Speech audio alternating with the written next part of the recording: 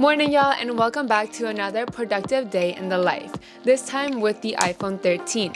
I'm currently doing my simple morning routine. I usually start with brushing my teeth, washing my face, and applying some moisturizer and eye cream.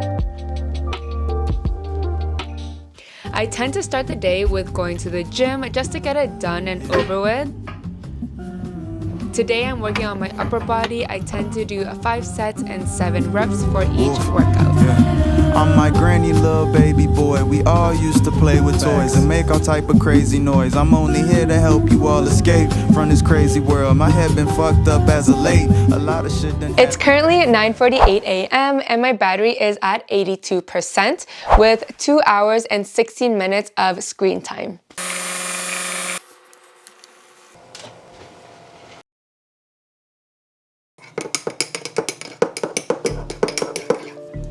I start every single morning with journaling while drinking my coffee. I choose lo-fi music, and sometimes when I'm stuck on journaling prompts, I will look them up on Pinterest.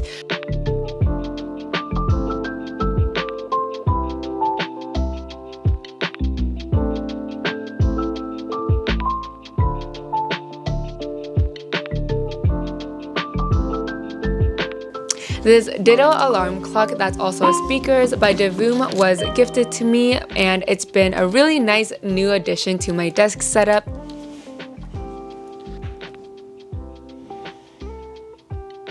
Before I get into work, I usually go over the day and plan it out accordingly. I'm planning all of this in Notion. I honestly plan my entire life and content in Notion. Today's the Apple event where they're going to be releasing the iPhone 14 and possibly the Apple Watch Series 8. Those are the two items I'm most excited about, and of course the iOS 16. I've been seeing a few videos on the iOS 16 beta, but I'm excited for the official launch of it and all the changes to come. Today's going to be a jam-packed day because I'm going to be making a bunch of video on the Apple events, and I even put it out all in Notion. I also have the Notion app on my iPhone 13, so it'll help me keep track of everything. But yeah, it's gonna be a lot of like film, edit, fast paced, and so on. Apple events are always so well planned out, choreographed, filmed, edited. It's honestly like a movie production. It's honestly amazing. The Apple event just finished, so I'm going to be editing my reaction video to the Apple Watch Series 8, lines of the Apple Watch Ultra, and all of that. And then I will also, of course, be making a bunch of reels with my iPhone 13. What I noticed about watching videos on this is that the colors are very vibrant, the lines are crisp, and that's due to the XDR Retina display. And of course, with the 800 nits of brightness, I find that maximum brightness is way too bright indoors, but of course when it comes to outdoors, it will definitely be enough. So it's currently 2:45 p.m. and my battery is at 62% with 3 hours and 15 minutes of screen time. So a lot of times when I'm in a time crunch, like now, I want to upload my Apple Watch 8 reaction as soon as possible. I actually put my phone away and also put all my devices to sleep as well. So I do have my Apple Watch for any like emergency like notifications, but yeah, I'm not going to be using my iPhone for the next hour or two.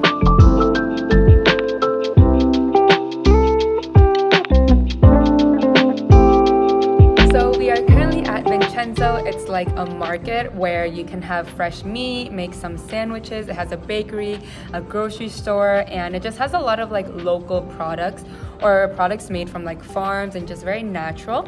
Almost like a Canadian version of Whole Foods, but smaller. My boyfriend's just getting us sandwiches, and so yeah, I'm really excited to eat. It was such a busy day. Nala, look. Aw, look at her. And Nala, come here. So what I love about the iPhone 13 is that it can film up to 4K for the front-facing camera and back-facing camera, and this is super clutch when you don't always want to bring your cameras, which in this moment I did bring my camera.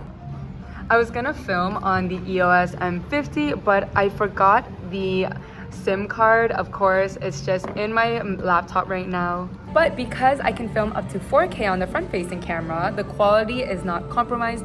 The audio might just be compromised because I do use an external microphone when I'm filming with the EOS M50.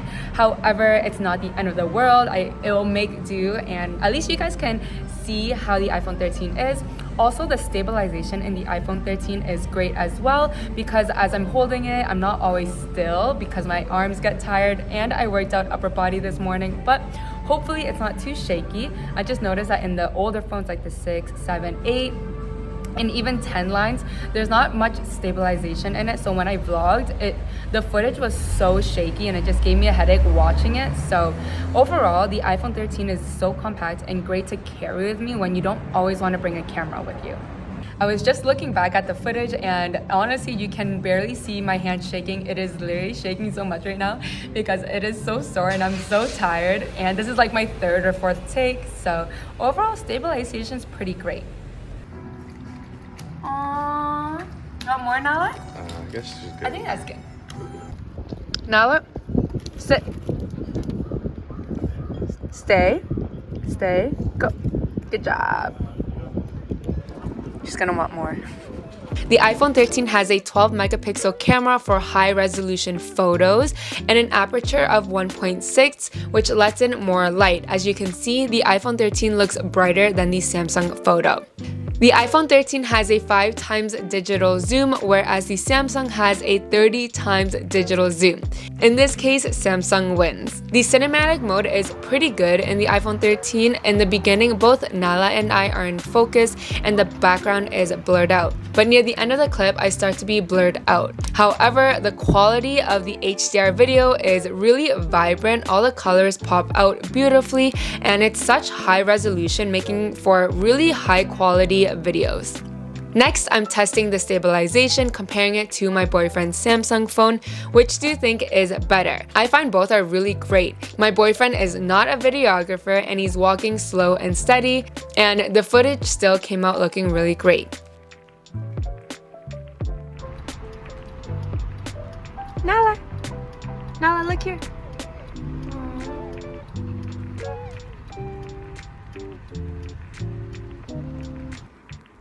Nala, stay, sit. Nala, sit. Okay. Stay. Go. Good job.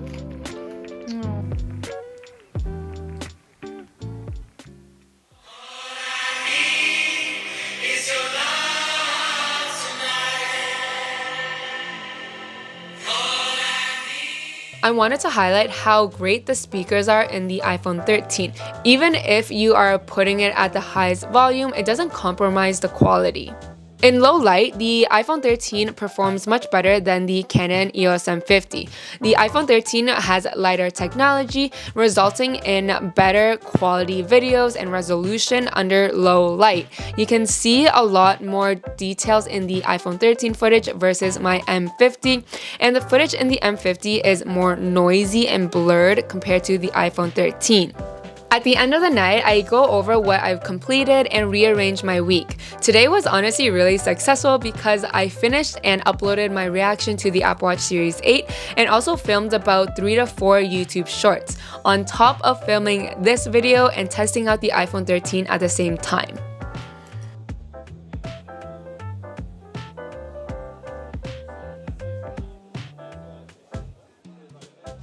I'm gonna do one more battery check-in before I end the video. It's currently 10:28 p.m. and my battery is at 5% with 5 hours and 41 minutes of screen time. I've been using my iPhone since 7:30 a.m. all the way to around 10:30 p.m. I'll have the stats up somewhere here, but yeah, overall, it's lasted all day. I was taking a lot of photos and videos in 4K with 30 frames per second and 60 frames per second, plus doing a lot of editing and going on YouTube. I hope you enjoyed my day in the life with the iPhone 13. If you did, definitely slap that like button for me. I would totally appreciate it. And if you haven't already, subscribe to the channel for more tech and lifestyle content. However, that is it for me, and I'll see you in the next one. Peace.